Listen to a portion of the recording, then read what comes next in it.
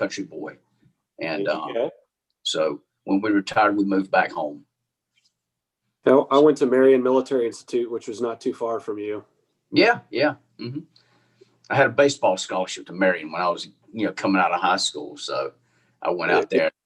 It definitely shaped me for the academy, but it wouldn't have been my first that I, had the opportunity to go somewhere else. It would have been that, or it was either that or Georgia. So.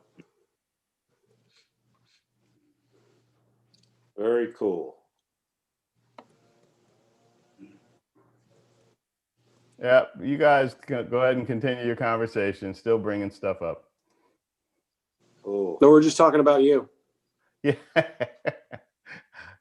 Well, everybody's always talking about me, so I should figure out a way to tap into that. Go live. Yeah, we're live on YouTube now. And let's see about. Mike, we there was one time, it was after I left. We were carrying Michelle Obama, and President Obama wanted to kiss her goodbye or something, and he ran up the stairs. You know how he does his little swagger up the stairs. Yeah. Got on the airplane, and everyone swears up and down. For a brief second, we were Air Force One. I said, "Well, gotta push the throttles up." That's right. Got to turn something on, Yeah.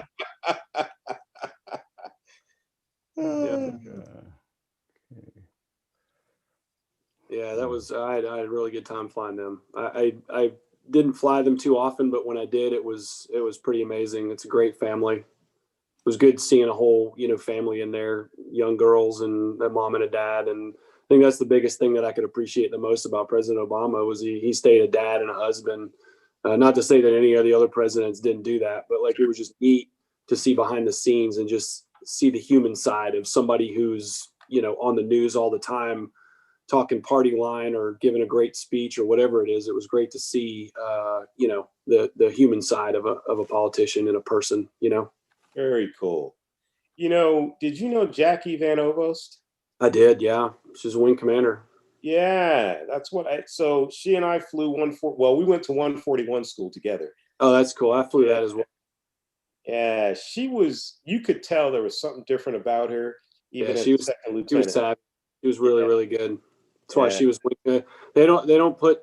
I should put it this way. They put really sharp, upward mobile people in that wing commander position. Oh yeah. Yeah.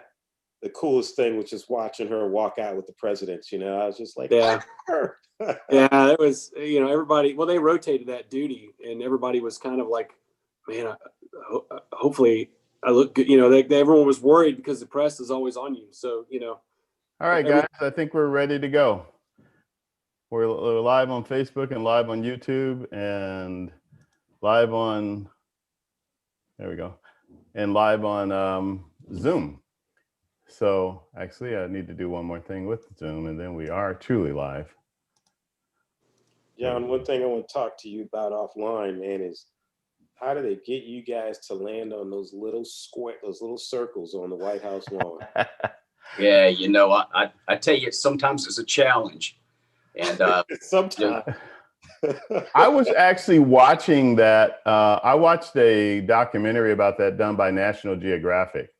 They kind of dramatized it, but it looked very challenging. It's not real easy because you can't see them because your wheels are behind you. So you've got the co-pilot in the left seat, acting like a crew chief, calling you forward, calling you left or right, and then calling you down. And I remember after flying in some particularly bad weather, I was a little bit tired and I missed the boards. And when we lowered the door, lowered the stairs for the president to walk off, he stepped off onto the board and looked back at me, kind of shrugged like this, like, hey, you missed the boards.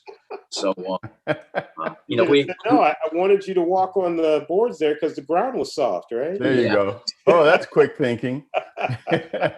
Yeah. Hey, so was I calling in on that one? Was I your co-pilot on that? Was it even more difficult at night? It is because sometimes you'll go on there and it's pitch black dark. Sometimes the lights are on, and either way, either pitch black dark or the lights on doesn't always do you good. A few of the lights on is better. So Okay, well, we've been up live and people have been enjoying us doing a behind the scenes conversation that's no longer behind the scenes.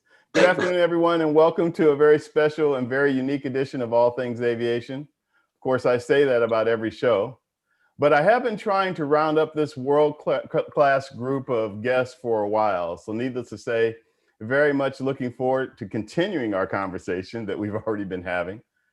But I would be remiss not to make a couple of significant acknowledgments. I will start with a couple of heartfelt ones. First and foremost, my mother passed away suddenly about a week before Thanksgiving, which is why I've been off the grid for the last couple of weeks. She was 86 years old and lived a wonderful life. Also, as all of you have heard, Chuck Yeager passed away on Monday, December 7th, Pearl Harbor Day. He was best friends with R.A. Bob Hoover, and after a historic life of legendary aviation accomplishments, he died at 97 years old. I'd say he lived a very full life as well. And if I recall correctly, in his late 80s, he went flying again in a jet, a military jet. So that was pretty cool. On a much more uplifting note, Tuskegee Airman and Air Force retired Brigadier General Charles E. McGee turned 101 years old this past Monday, December 7th. Yes, he was born on what would later become Pearl Harbor Day. 101 years old. It's kind of hard to fathom. As most of you know, he completed 409 sorties over 3 wars, World War II, Korea, and Vietnam. So this past Sunday, on the eve of his 101st birthday, the East Coast chapter of the Tuskegee Airmen held a car parade in front of his Bethesda home. And I somehow managed to get authorization for Jim Beasley to fly his P-51D Mustang over McGee's home. Wow. Yes, Wow. as was pointed out to me, our government gave approval in the Guinness Book Record of Time. And the look on McGee's face as the P-51 passed overhead, a total of 3 times, was definitely worth all the effort it took. Now for some fun and insight and probably a few interesting stories. A few of you for those of you who tuned in early, probably heard them a little bit of them already. 4 gentlemen here who have continued to have amazing careers in aviation. We have Michael Sunstead, a retired Air Force One pilot. Michael was officially a presidential pilot with the Presidential Airlift Group. He's now captain of White Wing Company at Bradley International Airport, still doing VIP executive lifts in the civilian world. Michael, welcome. Thank you, sir. And then we have Ken Faircloth. Ken is a retired Marine One commanding officer of the Marine One Helicopter Squadron One at Quantico. Ken is currently a director of standards for the Rotary Wing Flight Training Division of Amentum. And I hope I pronounced that correctly because I didn't even check with you before the show. Did I? It is momentum. Okay, great. In other words, they train Army helicopter aviators. A pretty robust program. It's going to be really interesting to hear more about that. Next is my friend and colleague, Derek Green, better known as Deke. Deke is a retired commander of operations support for the 201st Airlift Squadron. He is now the vice president of the Jet Division for Performance Flight based at Westchester County Airport. And our 4th guest today is Chris Janacek. Chris Janacek. There you go. Chris Janacek, a retired Marine One, Marine Helicopter Squadron One instructor, check pilot, executive officer. And in the civilian world, he's a commercial helicopter pilot and does motorcycle sales, or as he says, he's a motorcycle sales Maverick HD for the Harley-Davidson Motor Company. Welcome everybody to the program. Thanks, Vince. Thank you. Really glad to have you guys on here. What a wealth of experience and knowledge that all of you possess with everything that you have done. But I wanted to start out with kind of telling a little bit more about yourselves and what you did, starting with the VIP executive airlift, in other words, Air Force One and Marine One, and what that was like, how you got into it, how you even got into aviation. So why don't we start with Chris? And Chris, why don't you tell us a little bit about your background, where you're from, and that type of thing. All right, Vince. I'm kind of a nomadic kid. My dad was Navy, lived both coasts, a couple random places in between. I have kind of a a broken history, I guess you could say, or broken path getting into the Marines and flying and stuff. Kind of goofed around a lot in college, some junior college stuff, running nightclubs. You goofed around in college? None of us did I that. wasn't a very focused student. I actually got dropped. I was hurt for OCS, got dropped. I had to reapply a couple years later. Wow. I really wanted to fly helicopters in the Marines. You know, I saw a bunch of great TV shows as a kid, and just stuck in my head, and that's what I wanted to do. You know, and then I did kind of the standard kind of fleet rotation, a couple tours, you know, over in Iraq, flying wise, ground wise, and then I got a little tired of that. After 3 deployments, I was looking for a break, and I actually thought about getting out of the military. But then the market kind of fell apart in 08, and I really wasn't ready to go back to the sandbox. And I said, hey, what's this Marine One stuff all about? I can apply for that. So that's what kind of set that in motion. Did that 4 years, and then just kind of kept moving through the fleet, kept flying as long as I could until they retired my helicopter. And then I was a staff guy at a couple levels. So that's sort of my thing. And it's odd you bring up Chuck Yeager. That the whole path started because when I was about 10 years old, we went to the air station at Miramar and we watched The Right Stuff. And oh wow, yeah, that's an inspiring movie. Yeah, very much so. Yeah, you know, you skim through everything, but I want to back up a little bit because it's fascinating to me that you had the little bumps in the road, but yet you still ended up in what's considered one of the most elite helicopter units in the world, Marine One.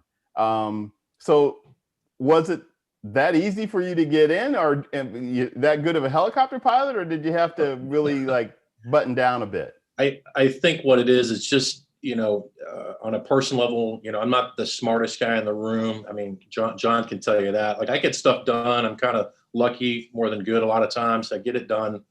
But I think at the end of the day, it's you have to have just good playground skills with other people. You got to share your toys, look out for other folks, because, you know, like we were talking before about Stacy Sheard, you know, she helped me a lot after I retired. So I keep doing that for other people. I have, you know, crew chiefs that got out, went to college, and they start hitting me up, and now they're flying air medical stuff, you know, tour stuff. And it's just, you just keep working as hard as you can. And the Marine Corps says plant or grow where you're planted. And that's just what I try to do. So Chris, let me go right to it. If you were talking, and you are talking to, because we have everywhere from middle school all the way up to post-grad watching this program. So you're talking to a high school kid, and they're doing some of what you were doing. Their grades may not be great, or they may not be taking it too seriously about studying, and they don't even know what they want to quite do yet, but maybe they do like aviation. What kind of advice would you give them? Study more, play less. I don't know. I was that kid. I was the kid the ADD kid that was in the hallway, you know, didn't do a whole lot of great grades as a youngster. And then I just got interested in stuff, and it's like, well, I can get better grades. And I just start working through those things. But just whatever your interest is, just get involved in that and figure out what it's about, you know, learn everything you can about it. You know, as a youngster, go hang out at an airport and, you know, at an FBO, and just talk to old timers with airplanes. You know, I even, when I was 12, I worked at the museum, the Aviation Museum out on Long Island, just helping guys clean bird nests out of airplanes, and just keep that fire going. Yeah. Ken, I'm guessing that Chris is a lot smarter than he's claiming with us, and and that he has done some really great things. And we were just talking earlier before the program started. Flying Marine One is no joke. I mean, it's serious business, and takes a lot of skill, and you got to really be on your P's and Q's with everything. And they use the term, and I'm probably not getting it 100% correct, but it was basically saying no room for error, or no error. You know, you just can't, you just don't have room for error when you're flying, you know, the president in those type of aircraft, in a helicopter or the Air Force One, which becomes Air Force One once the president's on. So can you help expand on that a little bit? Sure. we would call it the no-fail mission, and it was certainly a No no-fail fail. mission for Air Force One also. And one of Chris's jobs as a White House liaison officer, we called it WELO, but as a White House liaison officer, Chris would go in advance of the team bringing the airplanes in. Chris would be out about a week early, and he would set everything up.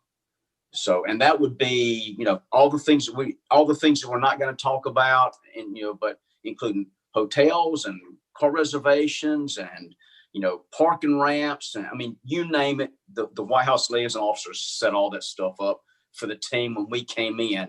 But he was always on the road, and routinely he was there 3 or 4 days before we were. We rolled in. For example, let's say if I was on the trip, he and I would work together. We would prepare the brief, and then we would brief it and fly a very successful mission each and every time. Again, like I said, it was a no-fail mission. Yeah. So how big was the team that he would be doing this pre-planning for? We would typically send 5 airplanes on the road, 5 helicopters on the road. And so that's probably 75 or 80 Marines. Wow. All total that he's for Los Angeles or New York City or London, and he's going to set everything up, and we're going to walk in the door, and he's going to hand us hotel rooms and rental car keys. Sure. And then ramps and hangar space and food, everything is already arranged. So they're a class act. Ken, how did you get into aviation and end up being a Marine pilot, et cetera?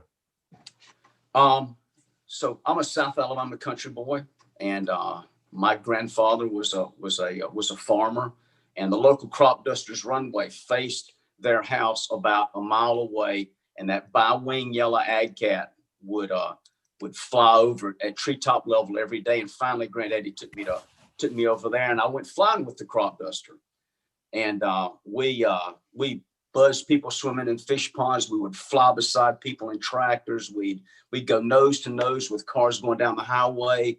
I mean, it really lit my fire. And so that was in late elementary school, junior high school, that I was able to have 3 or 4 flights with him. And it was really motivating and kind of lit the fire. Then I went off to college, and I can't lie, Top Gun came out, and that was probably the deciding factor. And so I joined the Marine Corps, and I went to school, got my degree in mathematics. I was going to be a high school math teacher and a football coach. And I said, well, shoot, I'll go join the Marine Corps. And my contract was 4.5 years after my winging. So I said, we'll go do this for 4.5 years, and then we'll go be a high school football coach and a math teacher. And but every time it came time to make a decision, something good happened. And the next thing you know, 27 years later, we're out of the Marine Corps and moving back home, and coming to work for what is now Amentum. We were just bought, but our new company name is Amentum, and we have a little over 300 civilian instructor pilots, and we conduct the initial entry rotary wing flight school for the Army. So we get all the robust operation. It is. We put about 1,400 young warrant officers and young second lieutenants through our program every year, in support of Army aviation. So a couple of questions. One, what do you recommend to our aspiring young aviation professionals in terms of maybe they haven't had the exposure that you guys have had in your youth, in terms of some of you've had in terms of being around aviation or having a chance to go up on a plane, but they love aviation. They know they have an interest in it. What do you say to them? It's going to be cliche-ish, but to follow your dreams. And I hate to say something that is so common, but it is in reality the absolute truth. And go to college and get your degree and join the Marine Corps. You can join the Navy or the Air Force if you want to, but join the Marine Corps. And join the Navy. Oh, go ahead. I'm sorry. And or if college is not for everybody, and a lot of young warrant officers come right out of high school, and they're successful in joining the young warrant officer program, and they're able to go to flight school. And So they're able to start their career off and be Army aviators for 30 years. Yeah. And you know, if you choose not to do that, then follow your dreams to a civilian flight school. Absolutely. Chris, I saw you nodding, very much in agreement with that. I think Colonel Faircloth, he's got a really good just point there. It's that there's something inside of folks, and it talks to who they are as a person, and it's your dream or whatever. And I mean, you know, whether it's military flying or civilian flying, I mean, it's worth working that extra shift at Red Lobster to get that ramp fee so you can rent an airplane. I mean, if the Marine Corps had a Cessna that said Marines on it, I'd fly it. I mean, it's something about the middle of who you are and speaks to your soul. So if you're mildly interested at all, just start talking to people and figuring it out. Read some books about it. You know, just the romance of aviation.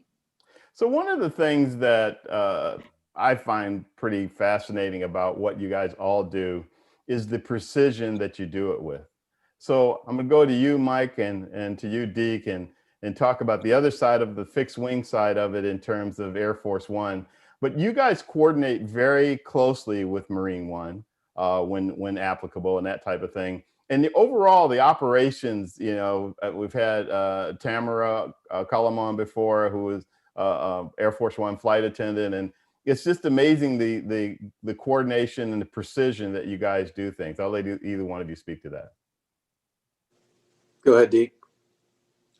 He's talking about Air Force One. That's your game, Mike. Right, I'll go. You know, for us, as Colonel Faircloth said, you got to be perfect. You got to have the wheel on the spot at the right time. At the 89th Airlift Wing, we have this saying, perfection is the standard. And that doesn't necessarily mean you have to be perfect, but as a team, you need to act and operate in a perfect manner. And that really is the bedrock of all of this VIP flying. You're taking somebody and moving them safely, comfortably, and reliably in the air to a certain spot and time and place to do something extremely important. You know, even before the tip of the spear, you're doing policy for a lot of us. And I think it involves a lot on the training.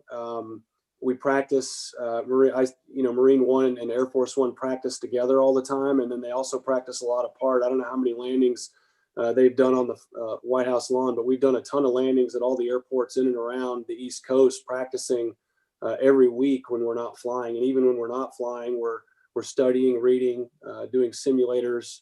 So there's a lot of, you have to be very passionate, first of all, to be a pilot and maintain your skills as a pilot, but you have to be passionate to ride the waves of the very difficult parts and the challenges and the failures and the obstacles that are in your way. So for me, you know, you had asked about our path a little bit. I had some obstacles growing up. I wanted to go to the Air Force Academy. I was watching a football game with my dad, and I saw a cool helmet that I'd never seen before. Growing up in Georgia, you know, you had the G on the side, or Georgia Tech or Alabama.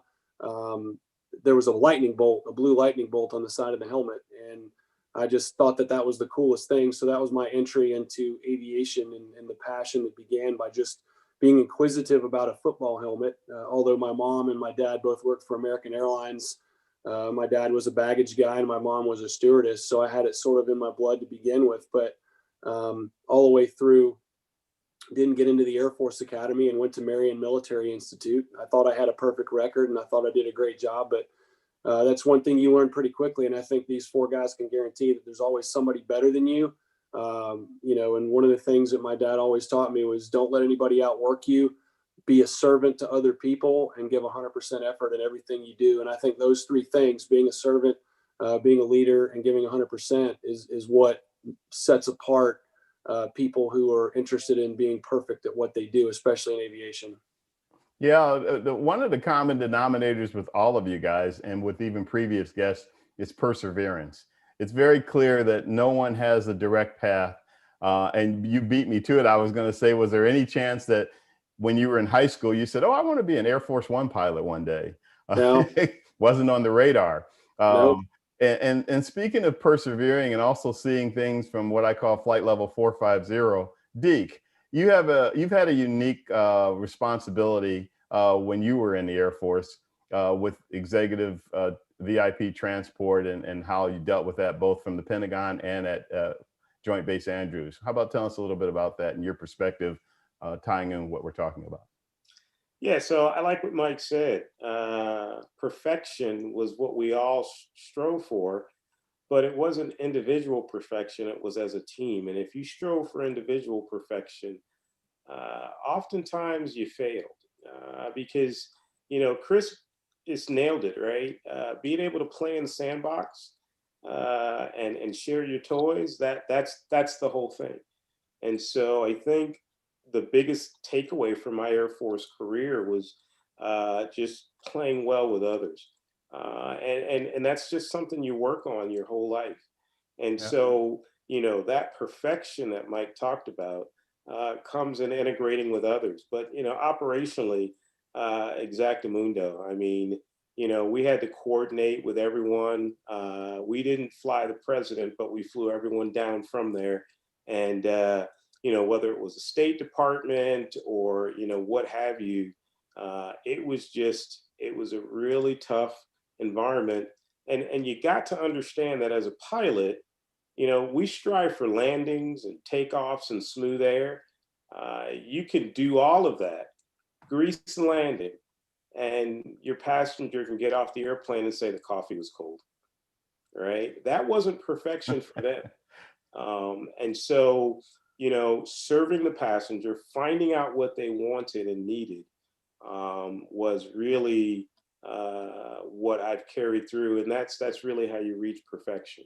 Yeah, that's interesting you say that, because one of the when I was with the National Business Aviation Association and dealt with the corporate flight departments, one of the Fortune 500 companies that flies a Gulfstream 600 or 650 would do it around the world flawlessly, safely, but they lost the internet or the connectivity for 20 minutes during part of that flight. That's a no-go item. And the passengers get off the plane and were like, yeah, what was going on with the internet, with our signal? And the pilot's thinking, really? I just took you around the world. We did 8 stops or whatever it was, and you want to know why we lost 20 minutes of connectivity. So yeah, it makes a lot of sense. Deke, tell us a little bit more about your background, how you got into it, and also a little bit more specifically about your job in the Air Force. What exactly did you do? But first of all, how'd you get there? So, all these guys, and it's great to hear the stories, right? I just didn't have aviation around me. I love Ken's story about facing down the business end of a runway a mile from his house. I just didn't have that. I had 2 brothers who went to the Navy and had no interest in aviation. I was 6 years old and I saw Neil and Buzz Armstrong bouncing around in white hard suits on the moon. And I said, you know what? I want to do that. And my sister told me, listen, find out how they got there. So I found out the first original astronauts, the first 7 were military pilots and 6 of the 7 were engineers. I said, all right, that's what I'll do. So went through school, and that's, I had my head down and got an engineering degree. First road stop I hit many, people telling me I'd never be able to do it. I didn't have too many mentors around me. As soon as I got into ROTC, my vision was substandard. It wasn't 20/20. And in the late 70s, early 80s, if you didn't have perfect vision, you weren't going anywhere. So I entered the Air Force as a acquisition program manager. Did that for a few years and finally convinced someone to take a chance on me. And that's one of the things that I also learned in my career. I got what was called an administrative exception to policy, right? Which basically meant that you don't meet standards to enter pilot training, but once you're there, your vision is good enough to stay. And so the work I'd done outside of aviation, someone decided, this kid is a hard worker. And my mom always told me, if you can't do it, you just make sure no one is more tired at the end of the day than you. And that stuck. Someone said, hey, Deke, come with me. I'll talk to someone. So 2-star talked to the 4-star. I got an administrative exception to policy. I went to pilot training. First goal was met, not by any talent of my own, but by people around me who saw something in this kid. I don't know what they saw, but so I started flying 141s. That was just a great experience. Got to fly all around the world, learned a lot about teamwork, 7 to 14 people on the aircraft. And that was just a great experience. Did some fast mover time in the T-38, teaching fighter pilots in their initial training phase there. Did some T-1 flying, teaching heavy pilots. Went to the Pentagon from there, learned to fly helicopters, civilian. So that, Ken, that's why I was asking you and Chris about those landings, because that's tough.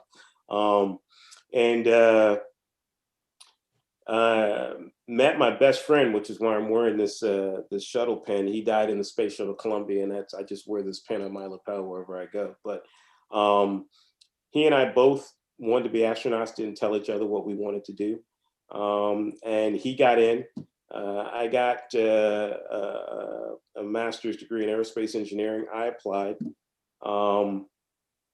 Then I was accepted by the astronaut board, but then the docs said, yeah, your vision though.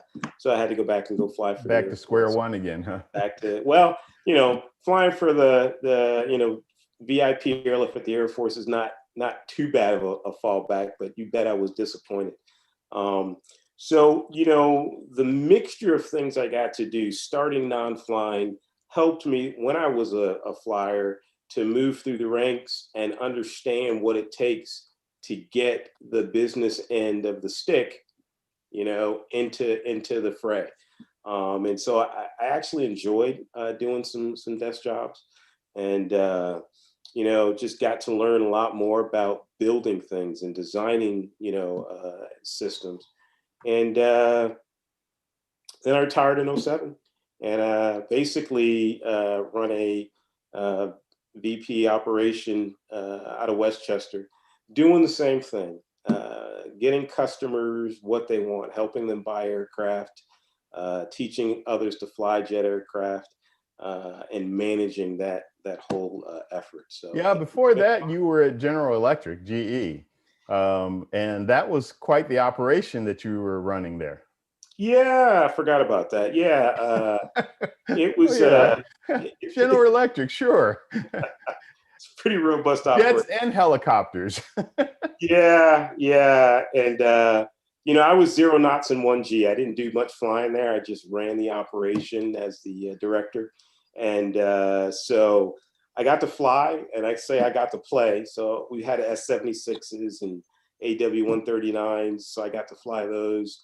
And then we had the Global 6000s, Mike, and we had 3 of those and Challenger 605. So that was a really robust operation. We had, when I got there, 10 to 12,000 hours a year, both on our fleet and through charter and net jets and all that. So wasn't that right out of the Air Force, right after you retired? It's exactly. It's what pulled me out of the Air Force to go. So tell us the difference between what you were doing in the Air Force and now all of a sudden you're civilian and you're running a civilian corporate flight department and a very robust one at that. The difference was about that much. I mean, customers want to get, as Mike said, and everyone said, they want to get where they want to go on time. And failure is really not an option. And so precision, you have a civilian organization that's been in operation since 1945, coincidentally, around about when the Air Force started. GE has been operating that long, and they knew how to do it. They knew how to do their job. And so, the only things that needed to be added were efficiency. At the time I got to the department, there was, trying to get blood from a rock, as all corporate departments do. But precision and getting the customer what they want. I think I walked out of one job and into another doing the exact same thing. Gotcha. So I'm going to put this out to the 4 of you, and you as an example. So you're a student, you're a senior at Embry-Riddle or a UND or whatever, and you've been going through your flight training. You've pretty much finished all your requirements. You're about to graduate, and in the middle of all of it, COVID-19 hits, kind of shuts things down, and now you're regrouping. Now I can tell you, we've had young people on the show or are called into the show, and I cannot believe I have a phone ringing.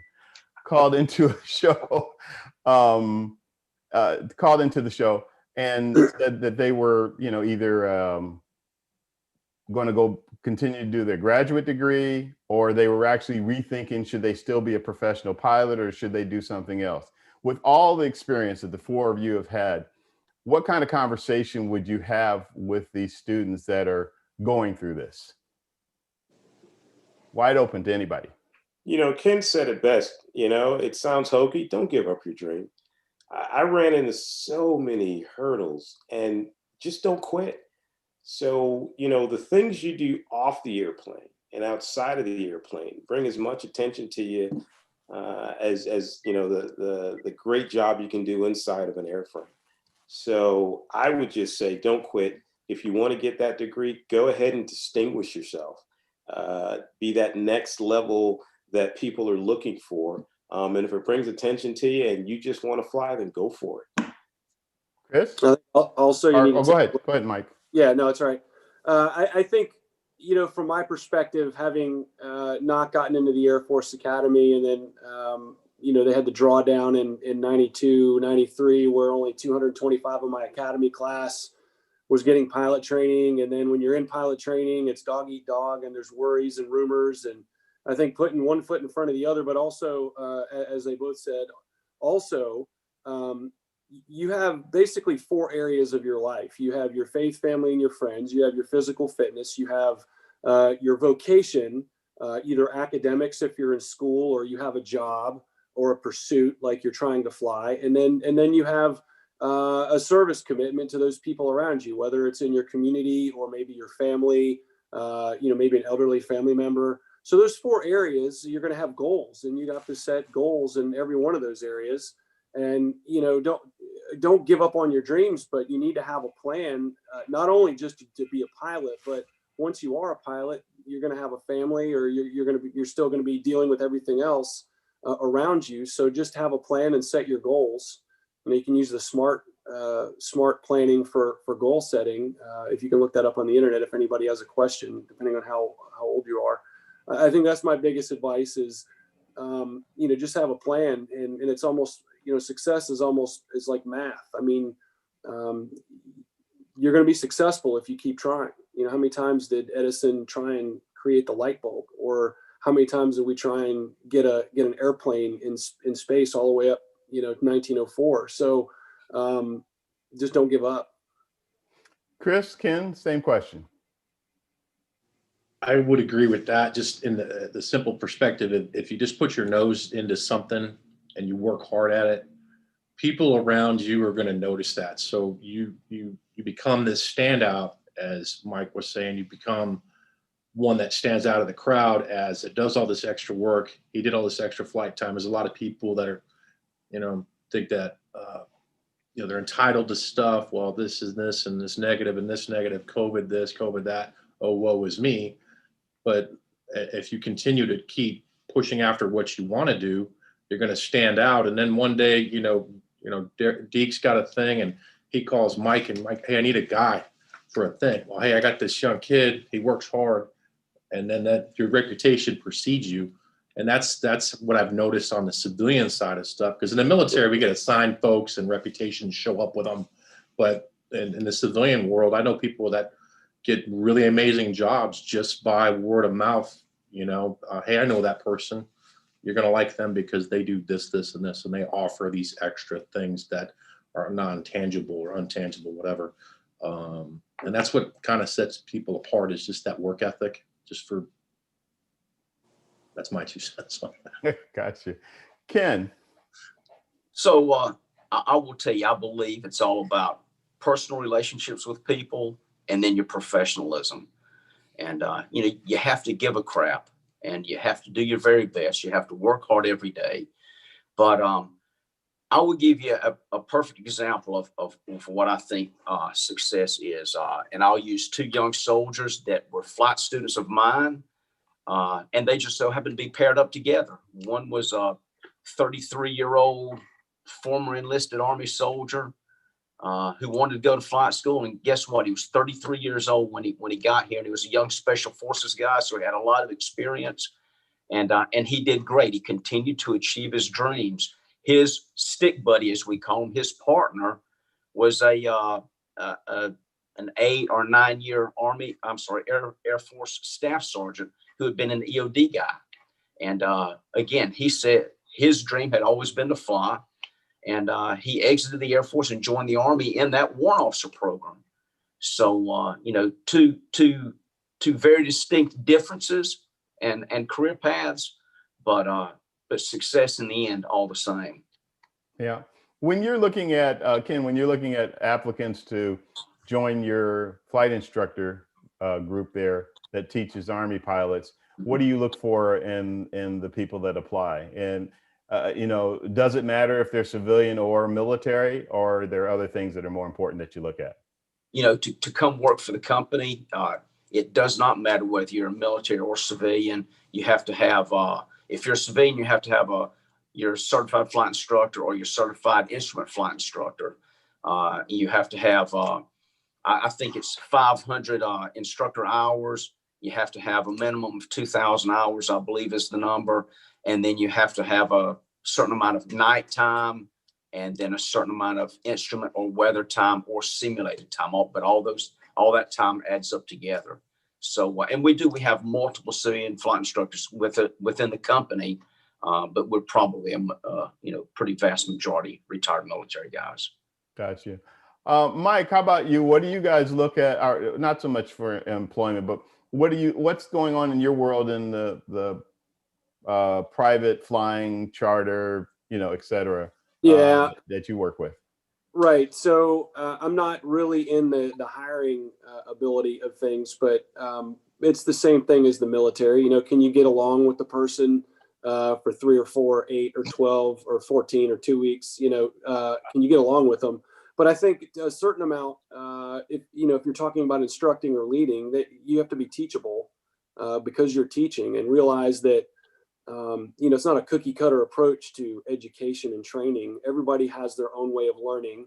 Everybody has their own, way to receive feedback. And let's be honest, with aviation, the worst thing you can do is have a bad landing, high flare, float, go long, go around. I mean, failure is inevitable in aviation, and you have to be able to pick yourself up, dust yourself off, and receive feedback in a suitable manner. If you can't receive feedback and your ego's too big, you're not going to go far in aviation. You're definitely not going to get a job working for these, other 4 guys here that are here. It's very difficult to secure a position now, especially in aviation, if you're not malleable in working with. It doesn't matter who. Pick any person. You've got to be able to understand that there's a family behind that person, or a background and education, and it's not the way you've done it. So looking at somebody through their own eyes and being able to reach them, especially igniting their passion, like Colonel Faircloth had earlier. Somebody ignited his passion in aviation,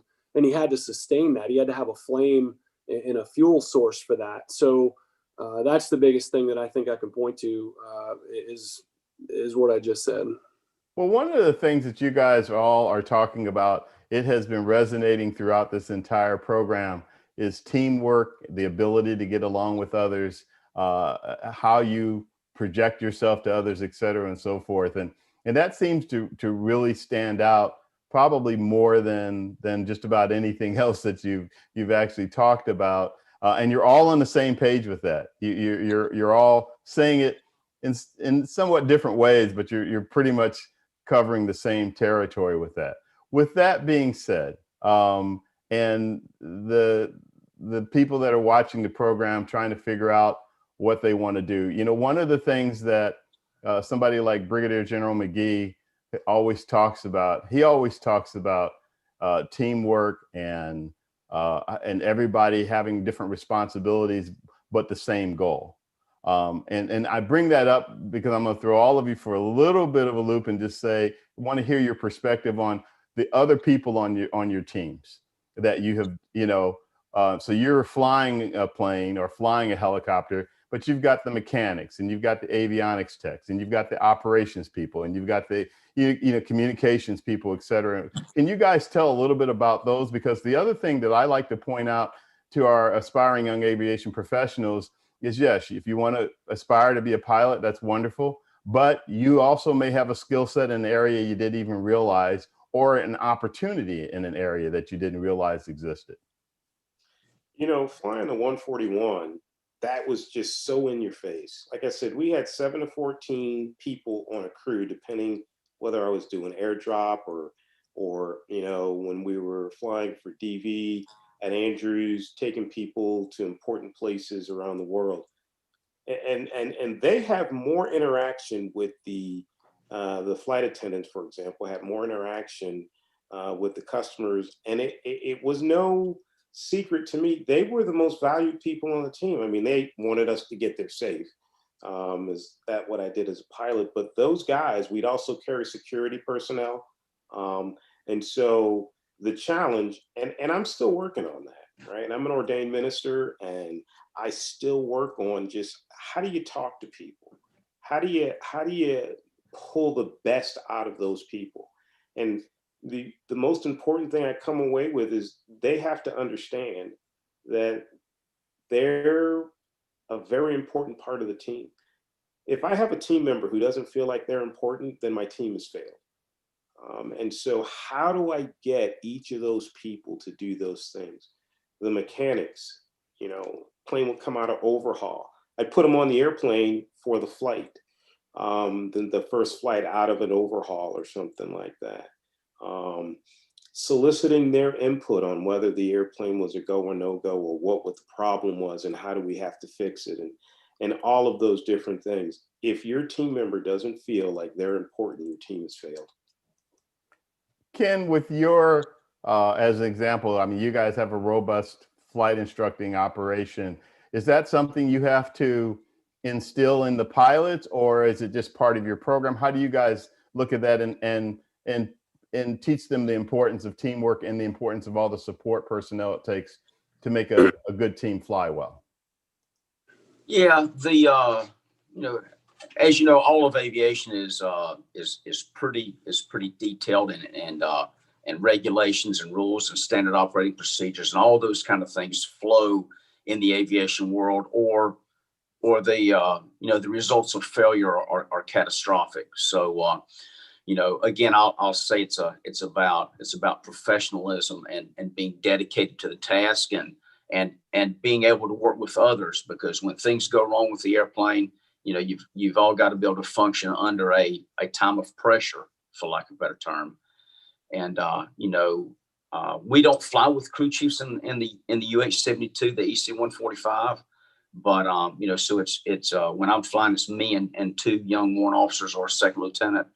So we don't have any crew members in the back, but there's certainly a teamwork there if something goes wrong in the cockpit, with the airplane. But that said, on the ground before the flight or after the flight, there are contract mechanics on the flight line to help us, and we work well with those guys. There's a good communication and camaraderie, and we work together to figure out whether the airplane is ready to fly or not, or if we can, there are a lot of times you can go flying. You don't need a windshield wiper on a clear blue sky day. So a lot of times you can go flying without things. Mm-hmm. But you work with those mechanics and those inspectors to make sure that the airplane is flyable. Sure. Chris, when you were in the Marines, you had some leadership roles and that type of thing. What are some of the various positions that you worked with as a pilot and in other capacities that you also considered important in terms of the team factor?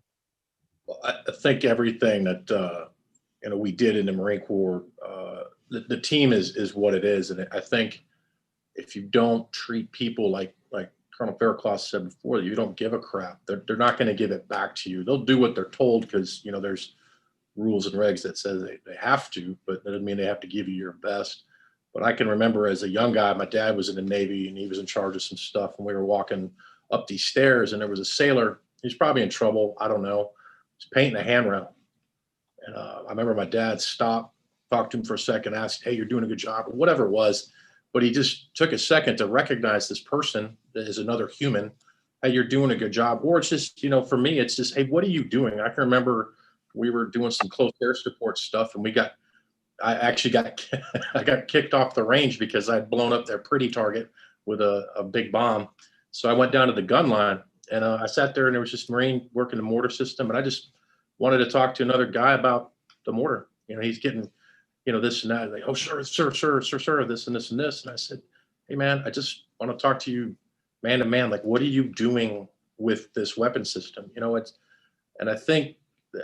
don't think any of us would be in the spots we were in if we weren't those kind of people. Like, if you just show you care about another person. I can remember, it's not my mission. I got a phone call, I was the duty wheelo, the advanced guy. There's a mission going on overseas, in some sandbox kind of place, and nobody on site knew where the nose gear was for a 747 based off the front of the aircraft, or where the nose gear was on a C-17. And I had to go find those diagrams so that those guys on the ground in that place could be successful. So they knew where the carpet was going to be and where the podium was going to be, and that's not my mission, but, those pilots landing those aircraft in the middle of the night probably need to know that, hey, my chalk spot's good. Somebody did the math on this, and it's just that, I do it for them. He's going to do it for me. I remember being a forward air controller, in Iraq, and all of a sudden I got two really good friends that we helped each other out through flight school. One's flying a Huey one night and one's flying an F-18 one night. And I knew that if I had a problem, they would respin their gas, double check their math. If I had a problem, they would be there for me. So that's just how we are as a culture. So the team is just how we're built, how we're wired. Yeah. Awesome. Mike? I think coming from being a pilot or wanting to be a pilot, first of all, you're proactive and you have a desire to lead. You're leading a machine in the air, and that sort of transcends itself into leading people. And one of the most important things, Air Force core value, is integrity. I think integrity is important. All four of us can agree to that. Is if I say I'm going to do something, I'm going to do it. And then also being humble. So relating that to a team, Air Force One is made up of flight attendants, cops, maintainers. We have, civilian maintainers. We have Air Force maintainers. We've got engineers, navigators.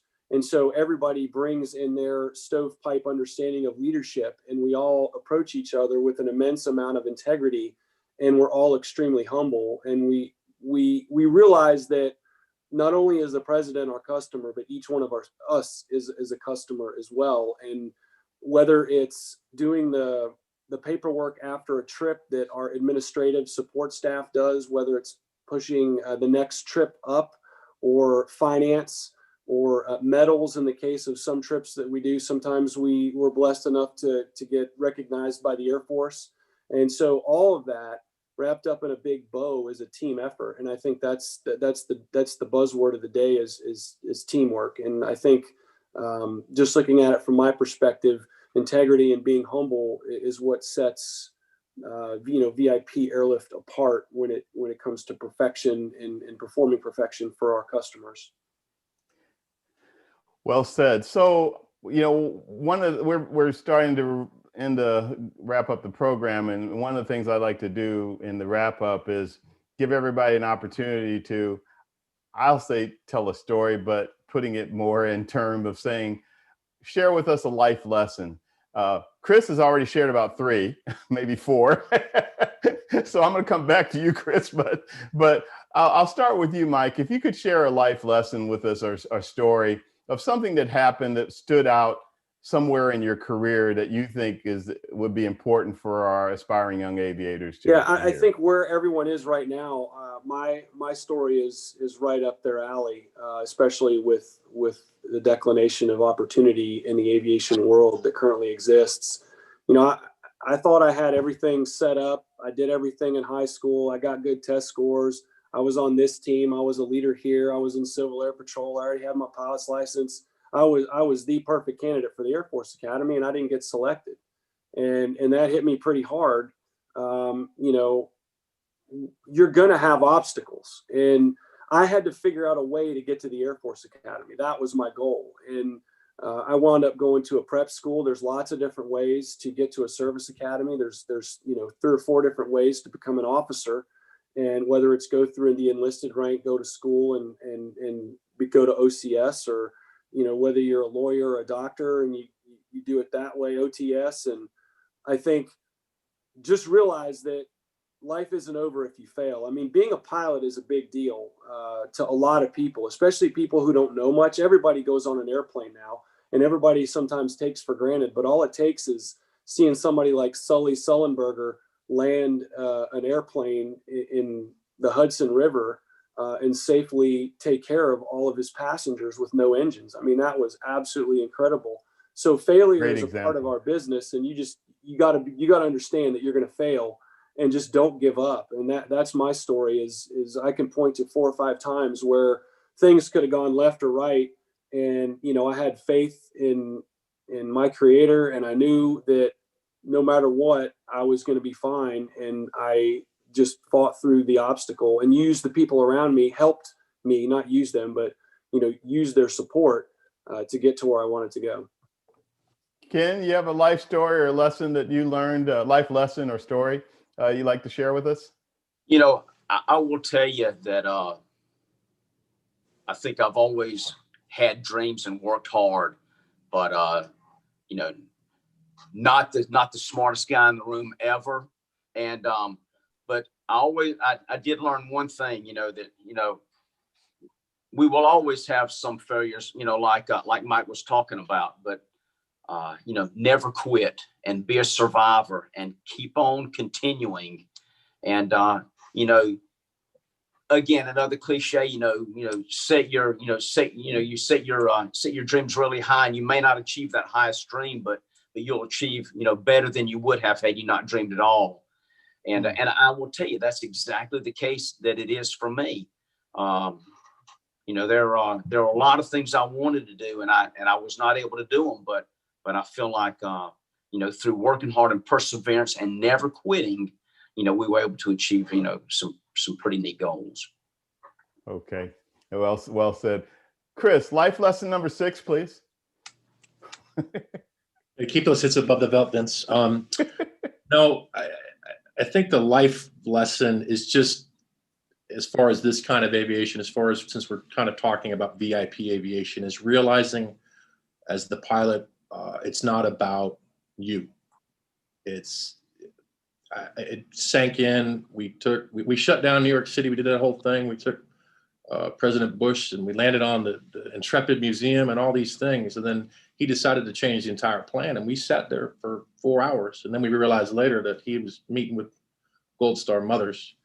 And then it really sank in, like, hey, it doesn't matter what I did in the past. I could have been the best instructor pilot in this and that and the other.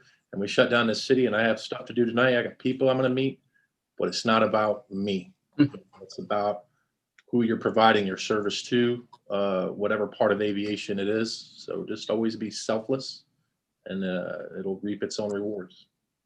Thank you very much for that. Deke? So Chris, you gave him a shot at number 6, and he took what I was going to say. It's not about you.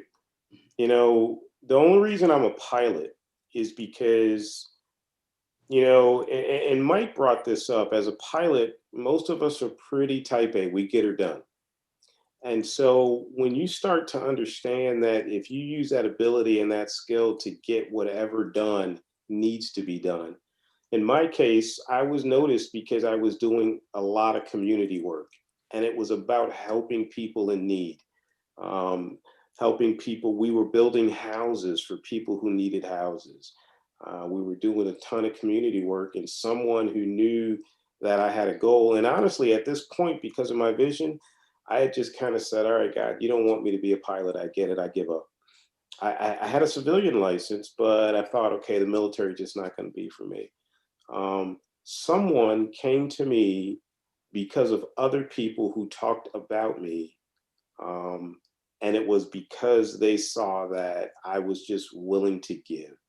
And servant leadership is probably one of the most important things that I've ever picked up. And again, I'm still working on it. And if you realize it's not about you, you will get some of the things in life that you most desire. And so I just say keep that mentality strong, and just try to serve and help others. Wow, thank you. You guys have really brought this home in terms of what's important, and some great insight and advice to give to the aspiring young aviation professionals out there that are looking at aviation as a career and the different things that it offers. Amazing backgrounds again with you guys, and amazing input. Really appreciate all of you making time to be on this program and sharing your thoughts with regard to opportunities that are out there. And wish you all a very happy holiday season. Thank you. As Thank we wrap you. up, and may we all have a better 2021. That's right. Thank you for the opportunity, Vince. Appreciate it. Yeah, it's wonderful to have all of you on, and appreciate you guys. So anyhow, take care. That's it for all things aviation. We have one more show next week, and we have a few surprises on that. So I'll leave it for the surprises. But looking forward to that being the last show of the year. And again, appreciate you guys. Everybody, thanks for watching, and have a great rest of the week and weekend. All right, take care, everybody. Thanks, Vince.